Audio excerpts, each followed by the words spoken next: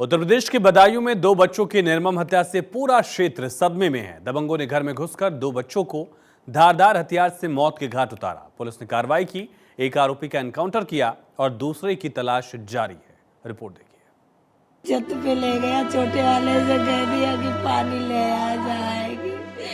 तब तक उसने बड़े को मार दिया। छोटे वाले ने देखा तो गला में डर लगा, वही मेरे दोनों को मार दिया। तब तक उसने बड़े को ये उस मार दिया। माँ की चीख है जिसने अपने दो बच्चे खो दिए। ये उस माँ की पुकार है जिसको मदद की गुहार है। ये उस माँ की ममता है जिसका दरिंदों ने गला घोंट दिया। ये वो बेबस माँ है जिसके पास अब जीने का कोई मकसद नहीं है। एक बार फिर सुनाते हैं आपको इस माँ की पुकार जो पूरी कहानी बयां कर रही है, जिसके सामने वो दृश्य है जो हम और आप कल्पना भी नहीं कर सकते।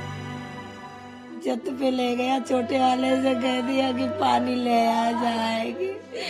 तब तक उसने बड़े को मार दिया। छोटे वाले ने देखा तो उसका भी मर्डर कर दिया। वही मेरे दोनों को मार दिया।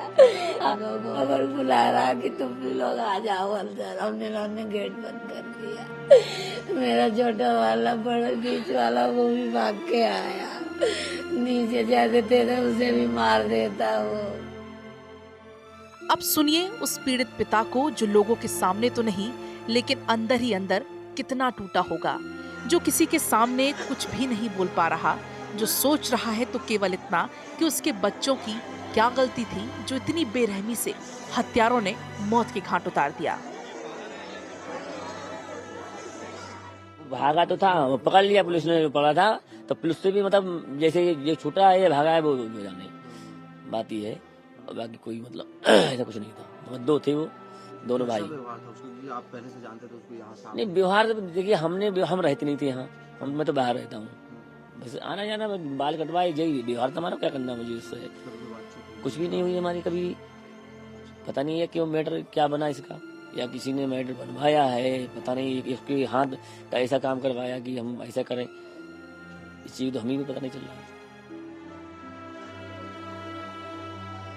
वो दृश्य कितना विहंगम होगा जब उन जल्लादों ने चीखते बच्चों की एक ना सुनी होगी और धारदार हथियार उन मासूमों पर चलाया होगा जिससे उनकी मौत हो गई। पूरा मामला आपको बताते हैं। दरअसल यूपी के बदायूं में मंगलवार की शाम को सदर कोतवाली क्षेत्र के बाबा कॉलोनी में एक विशेष समुदाय के आरोपी ने घर में घुसकर दो बच्चों की धारदार हथियार से हमला करके हत्या कर दी। प्रशासन के अनुसार शहर की बाबा कॉलोनी में दो बच्चों की हत्या के मामले में देर रात पीड़ित परिवार ने मामला दर्ज कराया, जिसमें साजिद के साथ उसके भाई को भी आरोपित बनाया। उनका आरोप है कि दोनों भाई घर में घुसे और उनके बेटों की हत्या करके फरार हो गए। बाबा कॉलोनी पुलिस चौकी के पास एक स्थान है, उसमें एक युवक ने एक घर में घुसकर, जो इसके पड़ोस का ये घर है, दो बच्चों की हत्या कर दी। तो उसको लेके कुछ लोग आकर्षित हो गए हैं, उनको बुझाया गया है, बॉडीज को पोस्टमार्टम के लिए उन्होंने भिजवाया है और उनको आश्वस्त किया गया है जो न्यायपूर्ण कार्रवाई है, कानूनी कार्रवाई लोग समय से करेंगे। अभी कोई कारण स्पष्ट रूप से सामने नहीं आ रहा, ये आगे जांच का विषय है। इस दर्दनाक कृत्य के बाद पूरे शहर में हंगामा शुरू हो गया और गुस्साए लोगों ने थाने का घेराव किया, जिसके बाद प्रशासन ने लोगों को समझा बुझाकर शांत कराया और कार्रवाई का आश्वासन दिया। इतना ही नहीं, त्वरित प्रभाव से कार्रवाई भी की। पुलिस ने तुरंत कार्रवाई करते हुए एक आरोपी का एनकाउंटर कर दिया। बुधवार को दोनों बच्चों का शव पोस्टमार्टम के बाद अंतिम संस्कार के लिए परिजनों को सौंप दिया गया। इस दौरान बड़ी संख्या में पुलिस बल तैनात रहा। अब इतनी बड़ी घटना हो और सियासी रोटियां ना पकें, ऐसा नहीं हो सकता। घटना के बाद परिवार को सांत्वना देना तो दूर, नेता भाषण के मोड में उतरे और सरकार को दोषी ठहराने लगे, आरोप प्रत्यारोप करने लगे। जिस समय परिवार को जरूरत है सिर्फ और सिर्फ सांत्वना की, आत्म मनोबल बढ़ाने की, उस समय भी इन्हें राजनीति करनी है। सुन लीजिए जरा समाजवादी पार्टी के नेता का क्या कहना है। ये अपने आप में हास्यास्पद है कि हर एक अपराध होने के बाद मुख्यमंत्री बार बार कहते हैं कोई बच के नहीं जा सकता है, लेकिन अपराध होते चले जा रहे हैं। अगर दो बच्चों की हत्या हो गई तो उनकी वापस जिंदगी कैसे मिलेगी? हत्या करने वाले अगर बदमाश घूम रहे हैं और अब तो मुख्यमंत्री के आसपास भी घूमते रहते हैं, तो क्या माननीय योगी आदित्यनाथ इस प्रदेश को ये विश्वास दिला पाएंगे या ये ऐसे ही बोलते चले जाएंगे और लगातार वारदातें होती जाएंगी। जिसका जवाब देते हुए बीजेपी प्रवक्ता राकेश त्रिपाठी ने क्या कहा, सुनिए। बदायूं की घटना हैरान करने वाली है, रोंगटे खड़े कर देने वाली है, बहुत दुख उत्पन्न करने वाली है।